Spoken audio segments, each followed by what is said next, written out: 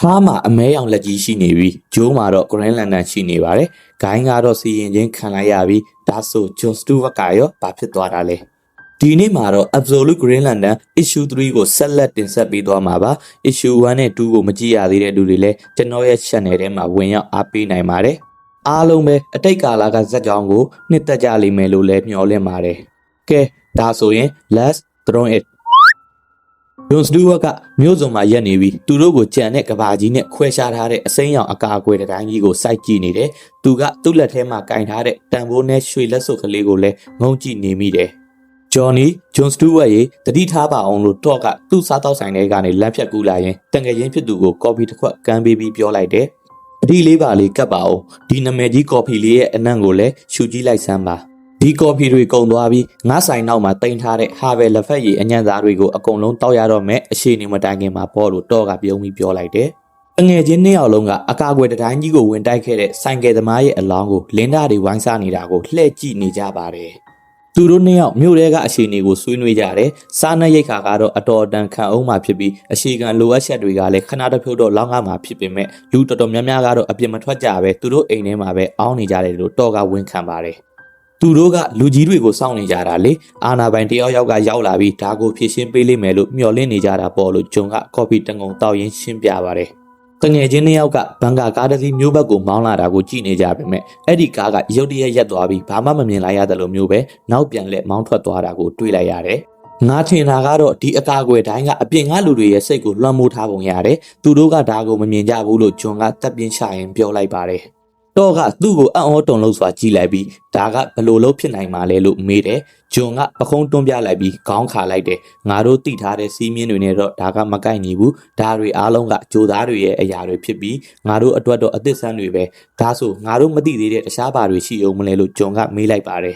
သူကလက်စွပ်လေးကိုထပ်မြောက်ပြပြီးဆိုင်ကယ်သမားရဲ့အစိတ်စိတ်အမွားမွာဖြစ်မသွားတဲ့တခုတည်းသောအစိတ်အပိုင်းအကာအကွယ်တိုင်းကြီးကိုဖြတ်ကျော်ဝင်လာနိုင်တဲ့တခုတည်းသောအရာဖြစ်ကြောင်းတော့ကိုရှင်းပြတယ်တော့ကဒါကိုမယုံနိုင်တော့အောင်စိုက်ကြည့်ပြီးမင်းနှောက်နေတာလားလို့တိုးတိုးလေးမိတယ်ဂျွန်ကခေါင်းခါပြပြီးလက်စွပ်လေးကိုမြောက်လိုက်တယ်ဒါကဘာလို့ဖြတ်လာနိုင်တာလဲစီးမြင်းတွေကဘာလဲငါတို့ဘာတွေမသိသေးတာလဲလို့ပြောပြီးအဲ့ဒီလက်စွပ်လေးကိုအကာအကွယ်တိုင်းစီပြစ်လွတ်လိုက်ပါတယ်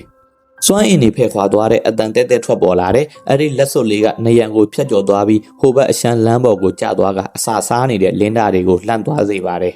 ်သူတို့နှစ်ယောက်လုံးခဏလောက်ငိုင်ကြည့်နေပြီးမှကော်ဖီကိုထပ်တောက်လိုက်ကြတယ်။ Okay ဒါကဘလို့ဖြစ်တာလဲလို့တော့ကမေးတယ်။ဂျုံကခေါင်းခါပြီးပြုံးလိုက်တယ်။ငါလည်းမသိဘူး။ဒါပေမဲ့သိအောင်လုပ်မယ်။အရာအားလုံးကိုငါသိအောင်လုပ်မယ်လို့ဂျုံကတိုးတိုးလေးရေရွတ်လိုက်ပါတယ်။မျက်မှောက်ကာလမှာတော့ဂျိုးကစားတောက်ဆိုင်ထိုင်ကုန်တန်းတစ်ခုမှာခွေကြနေတဲ့ဟားကိုငုံကြည့်နေတယ်။သူကသူ့ရဲ့တောက်ပနေတဲ့အမဲရောင်လက်ကြီးကိုငုံကြည့်ပြီးသူစုပ်ကင်ထားဆဲဖြစ်တဲ့တနက်ကိုဟိုဘက်ဒီဘက်လှန်ကြည့်နေပါတယ်။ဂျိုးကဟားရဲ့မျက်လုံးတွေထဲကနေမျက်ရည်တွေလိုအမောင်လူတွေကျဆင်းလာတာကိုကြည့်နေမိတယ်။ငါ့ကိုတခုခုလောက်ပြောပါအောင်ဟားလို့ဂျိုးကတိုးတိုးလေးခေါ်လိုက်ပါတယ်။ဒါပေမဲ့ဟားကခေါင်းခါပြီးမတ်တရက်လိုက်ကသူ့ရဲ့အမဲရောင်လက်မောင်းကိုသူ့အလိုလျောက်လှုပ်ရှားနေသလိုမျိုးဖိထိန်လိုက်ပါတယ်။ငါနင်းကိုပြောတာပဲဒီအမဲရောင်လက်ကအလင်းကိုငတ်မွနေတာအလင်းကိုဒေါသထွက်နေတာနင်အဲ့ဒါကိုပိတ်လို့ရမလားလို့သူမပတ်လည်မှာဖြစ်ပေါ်နေတဲ့အစိမ်းရောင်အလင်းကိုညွှန်ပြပြီးမေးတယ်သူမကသူ့ကိုဝမ်းနေစွာကြည့်ပြီးခေါင်းခါပြတယ်။ဟားကခေါင်းညင်ပြီးပြုံးလိုက်ခါသူ့ရဲ့အမဲရောင်လက်ကိုလွတ်လိုက်ပြီးအမြန်မြောက်လိုက်တယ်။တနက်ကသူမစီကိုချိန်ထားလျက်သားပဲ။အဲ့ဒါလည်းဟုတ်တာပဲ။ငါလည်းငါလက်ကိုဘလို့ပိတ်ရမလဲမသိဘူးလို့ပြောပြီးတနက်ကိုပြစ်လိုက်ပါတယ်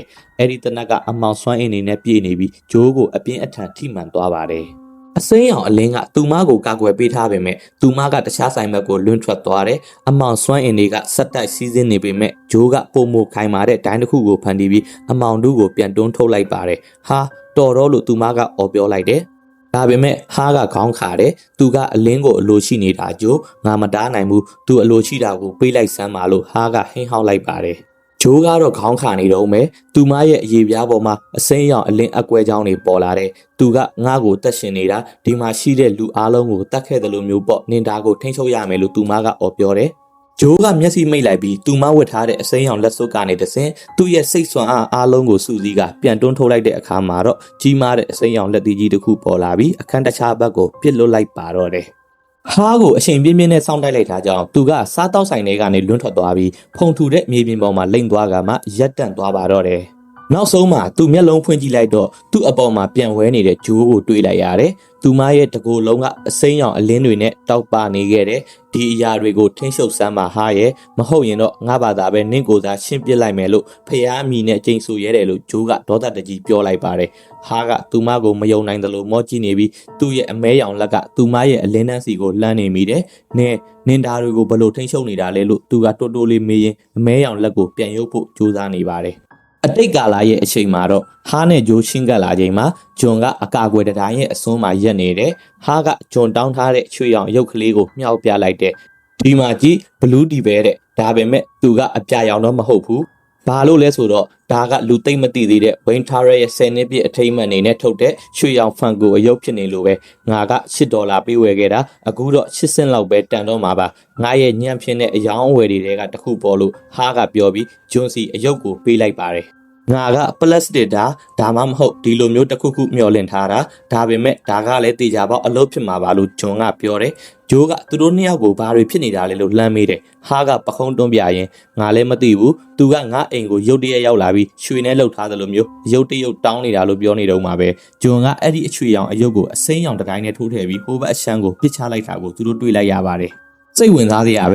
ပြီးခဲ့တဲ့အခောက်ထက်တုံ့ပြန်မှုပိုပြင်းထန်တယ်လို့ဂျွန်ကတိုင်းပုံမှန်ပြန်မဖြစ်ခင်မှာထွက်ပေါ်လာတဲ့စွမ်းအင်လိုင်းတွေကိုကြည့်ရင်မှတ်ချက်ရှာတယ်သူကသူ့တငယ်ချင်းတွေဘက်လက်ကြည့်ပြီးကဲဘလို့ထင်ကြလဲလို့မေးတယ်ဂျိုးကတော့အံ့ဩသွားပြီးနေပါဦးဒီတိုင်းကပလတ်စတစ်ကိုအာနိသင်မရှိဘူးလားလို့တိုင်းကိုညှို့ပြရင်မေးလိုက်ပါတယ်ဂျွန်ကပခုံးတွန်းပြတယ်ငါတို့တည်ထားတဲ့စီးမြင်တွေကိုဒီလိုအသစ်ဆန်းတွေအပေါ်မှာလိုက်အသုံးချနေတာကိုရပ်ဖို့လိုပြီလို့ဂျွန်ကသူတို့ကိုပြောလိုက်ပါတယ်ဖီလိုဆိုဖာကြောက်တုံးအကြောင်းကြားဘူးကြလားအဲ့ဒါကအဂရိတ်ပညာရဲ့အဓိကသင်္ကေတပဲတာမန်တတ်ထုကိုရွှေဖြစ်အောင်ပြောင်းပေးနိုင်တဲ့အရာပေါ့အနာဂတ်တွေကိုကုသပေးနိုင်တဲ့အသက်ရှည်သေးတဲ့အလိုလျောက်လှုပ်ရှားတဲ့အယုတ်တွေကိုဖန်တီးပေးနိုင်တယ်ပြီးတော့အမြဲတမ်းလောင်ကျွမ်းနေတဲ့မိအိမ်တစ်ခုလည်းဖြစ်စေတယ်အဲ့ဒါကအသိဉာဏ်ပွင့်လင်းမှုကိုကုစားပြုတဲ့သင်္ကေတပဲအသိပညာကတဆင့်တာမန်အရာကနေရွှေဖြစ်လာတာပေါ့လို့ပြောပြရင်တန်ဖိုးနဲ့ပလတ်စတစ်ဟာရွှေရဲ့ပုံစံကိုယူထားမယ်ဆိုရင်တိုင်းကိုဖြတ်ကျော်နိုင်ပုံရကြောင်းရှင်းပြပါတယ်ဂျွန်ကသူ့အိတ်ကက်ထဲကနေစိန်စီထားတဲ့ရွှေလက်ထက်လက်စွပ်တကွင်းကိုထုတ်လိုက်တယ်။ဒါကငါအဖွားရဲ့လက်စွပ်ပဲရွှေစစ်ဆိုရင်ဘာဖြစ်မလဲကြည့်ရအောင်လို့ဂျွန်ကပြောပြီးလက်စွပ်ကိုတိုင်းစီလွတ်ပစ်လိုက်ပါတယ်။အဲ့ဒီမှာစွမ်းအင်တွေအကြီးအကျယ်ပေါက်ကွဲထွက်လာတာကြောင့်တငယ်ချင်း3ယောက်လုံးနောက်ကိုလွင့်ဆင်သွားပြီးမျက်လုံးတွေကိုတောင်ကာထားရပါတယ်။သူတို့ပြန်ကြည့်လိုက်တဲ့အခါတိုင်းမှာအပေါက်ကြီးတစ်ခုဖြစ်နေတာကိုတွေ့လိုက်ရတယ်။ဒါပေမဲ့ခဏအတွင်းမှာပဲအဲ့ဒီအပေါက်ကပြန်ပိတ်သွားခဲ့တယ်။နေအပေါက်ဖောက်နိုင်ခဲ့ပြီးတိုင်းကိုအပေါက်ဖောက်နိုင်ခဲ့ပြီလို့ဟာကဝမ်းသာအားရအော်ပြောပါတယ်။ဂျိုးကတော့မယုံနိုင်တယ်လို့ခေါင်းခါရင်ဘလောက်ကြာသွားလဲ2စက္ကန့်လား3စက္ကန့်လားအပေါက်သာပိုကြီးမယ်ဆိုရင်တယောက်ယောက်အပြင်ထွက်လို့ရမှာပဲငါတို့စီမှာရွှေဘလောက်ရှိလဲလို့အမြန်မေးလိုက်ပါတယ်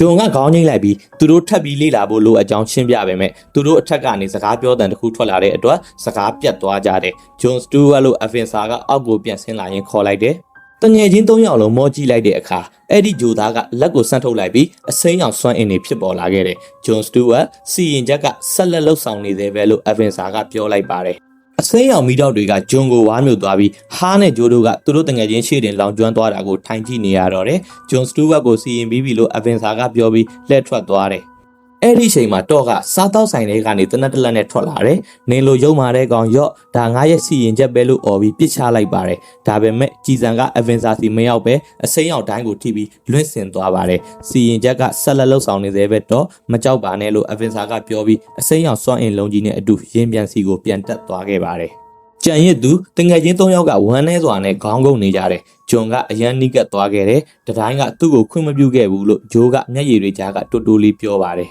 ်ဟာကခေါင်းငိမ်ပြီးငါတို့ဒီထက်ပိုပြီးသတိထားတင်တာသူပိုပြီးသတိထားတင်တာအဲ့ဒီတဲလွန်စားတွေသင်ငန်းစားတွေဆိုတဲ့စကားတွေအသိပညာကျွယ်ဝသူကြီးပေါ်လို့ဟာကရွဲ့တယ်လို့ရေရွတ်လိုက်ပါတယ်သူလက်ထက်သွားပြီးဒါပေမဲ့ဒီမှာသင်ယူစရာအသိပညာလည်းမရှိဘူးဘာပွင့်လင်းမြင်သာမှုမှလည်းမရှိဘူးငါတို့ကငရဲထဲမှာပိတ်မိနေပြီးဂျိုသားနှက်ဖျားတစ်ပါးရဲ့နှိပ်စက်မှုကိုခံနေရတဲ့အကျဉ်းသားတွေပဲတယောက်ယောက်ကဒါကိုအဆုံးမသက်ပြီးသူဒါကဘယ်တော့မှအပီးသက်မှာမဟုတ်ဘူးလို့ပြောလိုက်တယ်။ဟာအိမ်ပြန်ရောက်တဲ့အခါအလုတ်ဆလုပ်တယ်။သူရဲတနက်တစ်လက်ကိုယူပြီးကြည်စံတွေကိုထုတ်လိုက်တယ်။ပြီးတော့အဲ့ဒီကြည်စံတွေကိုရွှေရောင်ဆေးတွေအပတ်တကုတ်လိုက်ရှယ်နေပါတော့တယ်။ဒါကတော့ issue 3ရဲ့အဆုံးသက်ပါပဲ။အစိမ်းရောင်စွမ်းအင်ရဲ့အားနည်းချက်ကိုသိသွားပြီဖြစ်တယ်လို့ဟာကလည်းသူ့တငယ်ချင်းသိဆုံးသွားတာကိုမြင်ပြီးနောက်ကိုယ်တိုင်အေးအေးယူဖို့ပြင်ဆင်နေပါပြီ။နောက်တစ်ခေါက်မှာသူ့ရဲ့ကြည်စံတွေကဘာတွေဆက်ဖြစ်လာမလဲအပိုင်းလေးထွက်လာတဲ့အခါသိရဖို့အတွက်စောင့်ကြည့်ပေးကြပါဦးခင်ဗျာ